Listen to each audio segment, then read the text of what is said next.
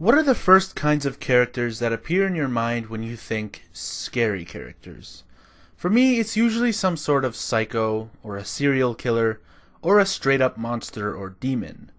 Now, Legend of the Galactic Heroes doesn't have supernatural monsters, but makes up for it with cults, brutes, and dictators. So, in a world with Space Hitler, an Earth cult, even more nukes, and the prospect of dying in the infinity of space, as well as Shrek as a human, how do two seemingly ordinary bureaucrats prove to be the most terrifying men in the entire galaxy?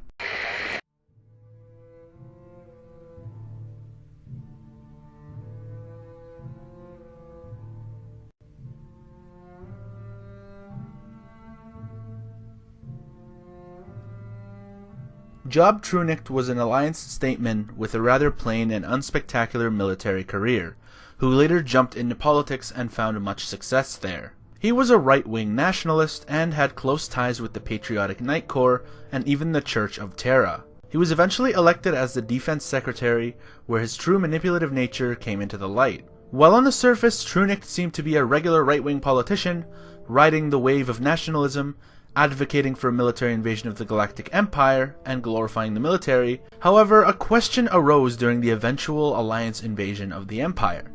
What does Job Trunicht really believe? He rode the nationalist wave and manipulated public opinion, and even the majority of politicians, to favoring war, but then voted against that same war, despite being a frontrunner in bringing the war movement into action. Trunicht knew the invasion would fail, and that he would be praised for seeing that, even through nationalist fervor. So what was his real goal in all of this? It seemed that the eventual fall of the Sanford administration and his rise to Supreme Chairman was the real goal of all of that. The question remained, is Trunicht really a right-wing nationalist, or did he just take advantage of public opinion and current events to ultimately benefit?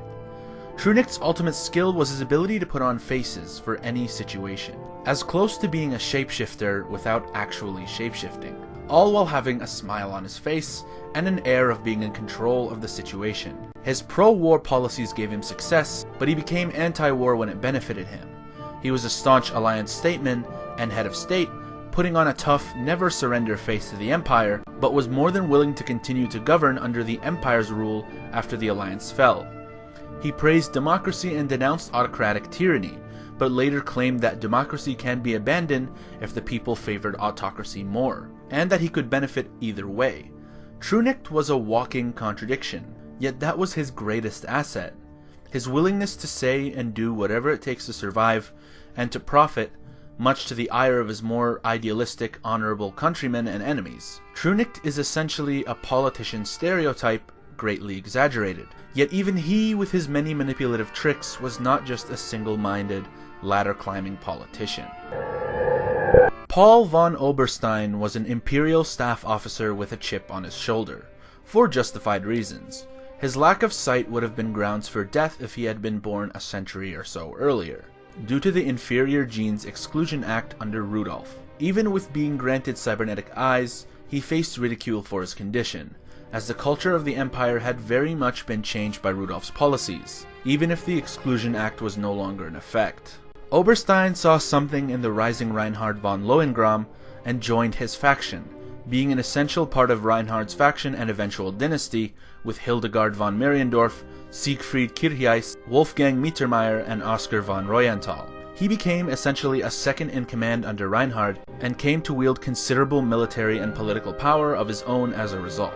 Under Reinhard, Oberstein's staunch pragmatism and pure devotion to results at all costs earned him the respect of Reinhard himself and the loyalty of several soldiers, but drew the intense ire of many other high-ranking officers for his lack of outward honor. Oberstein believed in doing absolutely anything to consolidate Reinhard's power and expand the Empire's territory, because he saw Reinhard's administration as the answer to the world's issues. Even if countless people have to die or be sacrificed, to him the ends justified the means. He saw Reinhard as the most justified end of any.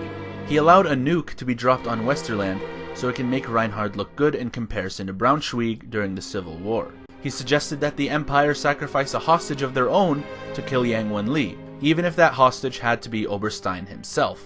He orchestrated mass arrests of former Alliance military and political personnel. Despite how bad it made Reinhardt's administration look, he viewed it as the best way to neutralize the remaining Allied threat, and saw the value in them as hostages to negotiate with the Iserlohn Republic.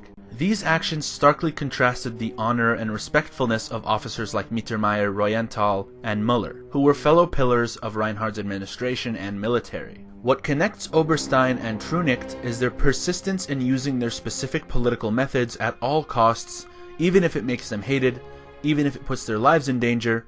They stuck to their guns until the very end of their respective lives. They also both had idealistic motivations behind their ways. Oberstein's was blatant and out in the open. Reinhardt was the truth, and Reinhardt was the answer. So anything goes in making sure the whole universe belongs to him.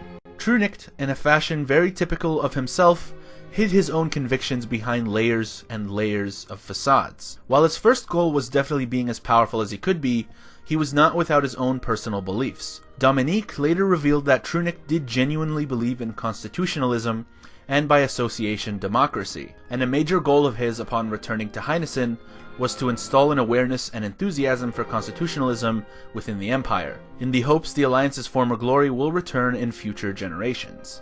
The exact same goal that Julian Minci and the Iserlohn Republic sought in their negotiations with Reinhardt. Even in defeat, Trunicht tried to use his much-hated skill set to benefit the former alliance and all believers of democracy and constitutionalism. Unlike Job Trunicht, who was hated for always putting on a different face during any given situation, Oberstein was hated because he refused to put on a face, regardless of the situation. These two men were hated and then greatly feared for polar opposite reasons, yet their deliberations led them to very similar ends. Oberstein leaked info on his and Reinhardt's location to take out the last remnants of the Church of Terra, who had been a thorn in the backside of every other nation since their foundation. He was willing to use Reinhardt himself as bait, just to get rid of his enemies, but fate finally caught up to Oberstein, and while he definitely expected a degree of danger, his shrewd planning came back to bite him, and he was caught up in an explosion in the fight with the terrorists, and died half an hour later. Oberstein's own plan was his downfall. Despite all the enemies he had made, the only plan to kill him that actually worked was his own. In a cruel twist of fate for Oberstein, and in some ways a karmic punishment for trying to use his own leader, which he himself believed in so much, as bait. Trunicht's death was in a much less heroic nature, but was nearly equally self-inflicted when you look into it. Trunicht's methods had garnered the hatred of not just his former Alliance countrymen, but even the imperial military brass hated his shamefulness and lack of honor. He continued to play with fire until he lit a certain spark that he just couldn't contain. To the Imperial soldiers, Trunicht was a cowardly, shameless man who prioritized only his own survival and personal gain. Despite the fact that his betrayal benefited them, the essential officers of the Empire hated that he would so easily turn on his nation, as they were proponents of honorable battle and respected determined opponents. But Trunicht took his methods into an environment which barely tolerated it. He took a gamble and lost. There was also a fatal miscalculation.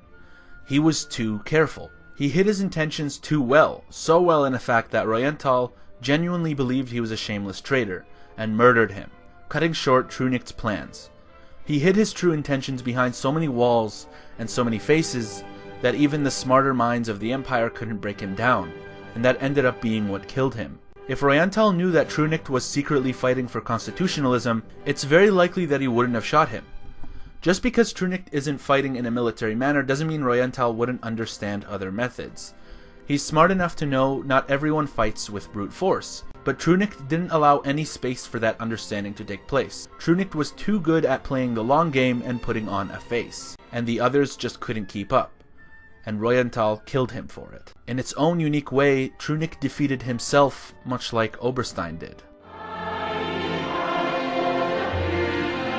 Trunicht became the most powerful person in the Alliance, and Oberstein the second most powerful in the Empire. Trunicht by consistently morphing his viewpoints, his rhetoric, and his allegiances to near unrecognizability, always appearing to hold the right views at the right time. And Oberstein, by virtue of ignoring every pretense of honor and morality, always going for the jugular, no matter the method, never caring what anyone else thought about it. These men lived and died by these methods, and while the life part was completely different for both of them, their deaths and how they came to be viewed by their contemporaries were nearly identical.